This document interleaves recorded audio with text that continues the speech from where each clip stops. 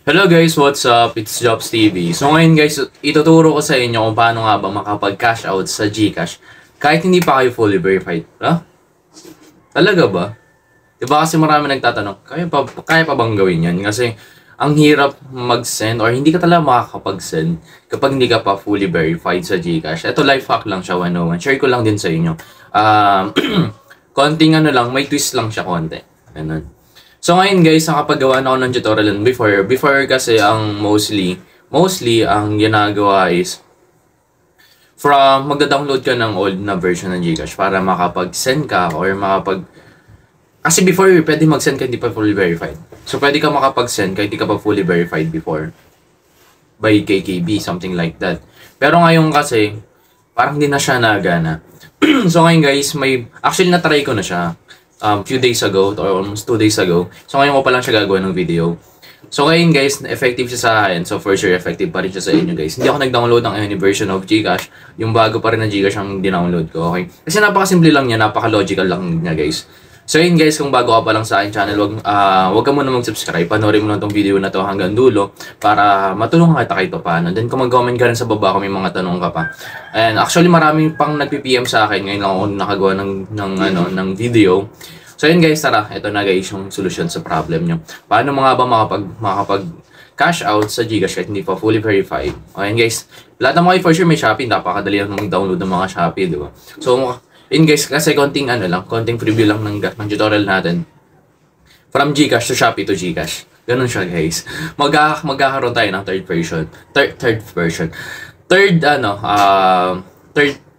party rather. Third party na app para sila yung third party Shopee pa, di ba? So yun guys, yung iba ginagawa to pang scam, kaya mag-iingat kayo, wag niyo ibibigay yung MPIN nyo guys, yung OTP nyo, kahit kanino, kahit sa akin, wag niyo ibibigay. Okay, reminder lang to guys, kasi marami na scam before sa mga ganyang bagay. Kunwari tutulungan ka, di ba? Pero ang gusto lang pala is kunin yung laman ng GCash nyo kasi kayang kunin guys.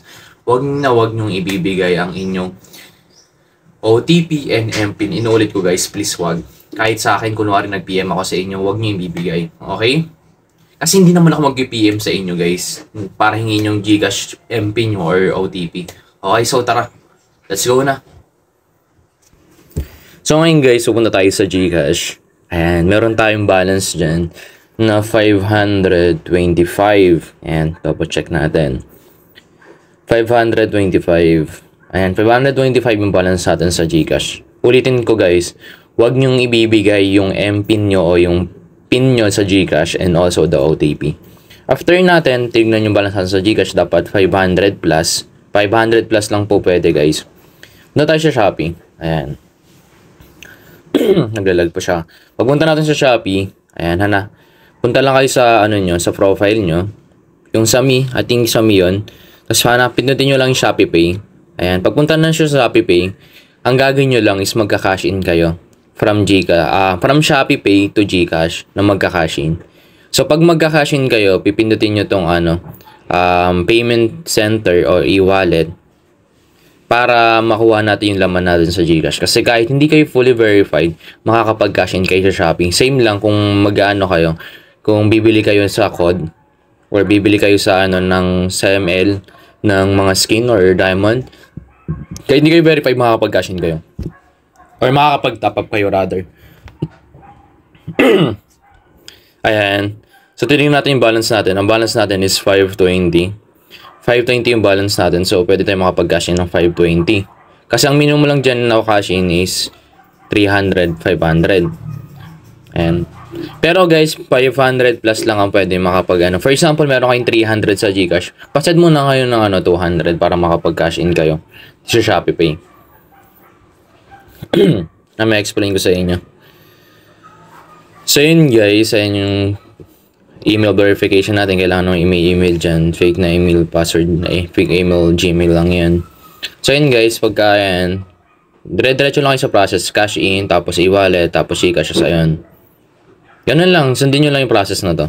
And then, pag nakarating na kayo dito, enter nyo lang yung number ng not verified na GCash. Ayan. Actually, mali pala yung pagkaka-cash in natin. Ulitin natin. So, payment center, e-wallet, nasobrahan tayo ng nasobrahan ng cash in. Dapat 510 lang. Ayan. So, 510 lang. Kasi ang laman ng Gcash natin is 525.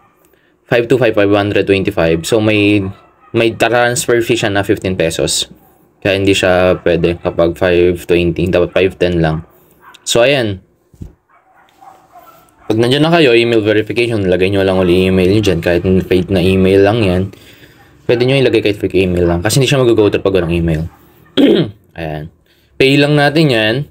Then, tayin lang natin konti. Tapos, ayan. Lagay nyo lang natin yung, nakalagay 520 yung babayaran. Diba? Lagay lang natin, yun yung Gcash na hindi verified para dun tayo kukuha ng pera. Para lang kayo nag-top up siya sa code or sa ML, ganun. Kasi, MPIN nyo guys, yun ang wag na wag nyo ibibigay guys, yung MPIN nyo. Wag na wag. Also the pin. Para makapag-cash in tayo. Ayan, proceed. Pindutin natin yung proceed. Ayan guys, nakapag-top up na tayo sa Shopee Pay. Sheesh. Shopee Pay, nakapag-top up na tayo. Payment successful. Ayan. Cash out form. Ganun lang ay. Meron na tayong 525 sa ating Shopee Pay kasi may balance tayo dyan 15 pesos. So ngayon guys, punta naman tayong Gcash. Tignan natin kung nakuha na yung laman. Oh, nakuha na. 5 pesos na lang natira. 5 pesos na lang natira sa ating Gcash guys. Tignan nyo. Shopee Pay top up. Ayan.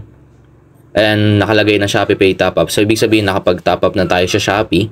Doon napunta yung pera natin. So yun guys, from Shopee Pay naman. From Shopee Pay. Ayan. Gagawin naman natin. Pipindutin naman natin tong send money. Click nyo lang yung send money guys. Tapos pag send money, lagay nyo lang yung full details nyo dyan. Full name, tapos e-wallet. Ang lalagay nyo sa e-wallet is Gcash. Tapos phone number, lagay nyo lang yung phone number nyo dyan. Ayan, may dyan pa natira. So ayan guys, pag nalagay nyo na yun, pinutin nyo lang yung Gcash. Tapos, ayan, lagay nyo lang yung phone number nyo sa baba ng e-wallet. Tapos, ayan. Tapos, pinutin nyo lang tong next after nyo mag-fill up. Tapos, lagay nyo kung magkano yung laman. Kung magkano yung isasend nyo sa Gcash. So, balance natin is 520. So, 510 lang. Kasi may transfer fee siya. Ayan. Tapos, after nyo yan, pinutin nyo lang tong next. Ayan. Para naglaman lang kayo sa Shopee Pay guys. Tapos, ika-cash out nyo lang din. Ganun siya. And after ng next, ayan, i-wait lang tayo ng konti. Tapos, ayan. Transaction complete. Ayan. Diba? Ganun lang. Pwede nga kayo mag-send dyan sa bank eh. Ayan o. Bank transfer. From Shopee Pay to bank transfer. Ganun pwede, diba? Sobrang, you have received. Ayan na, diba? Ganun lang guys. Ganun lang siya kadali. Kung paano natin ika-cash out yung not verified Gcash natin. Diba? Para sa not verified Gcash. Okay? So, yun lang guys, ay bumalik, nandiyan na yung Gcash natin, 500, diba? Ganun lang. Third party lang na application. Napaka-simple at napaka-logical lang. Gusto ko lang is din i-share sa inyo para at least matuto rin kayo kung paano nga ba or para makash out nyo yung pera nyo. For example, accidentally lang nandun or nagbago isip nyo, hindi na kayo magta-top up, ganun.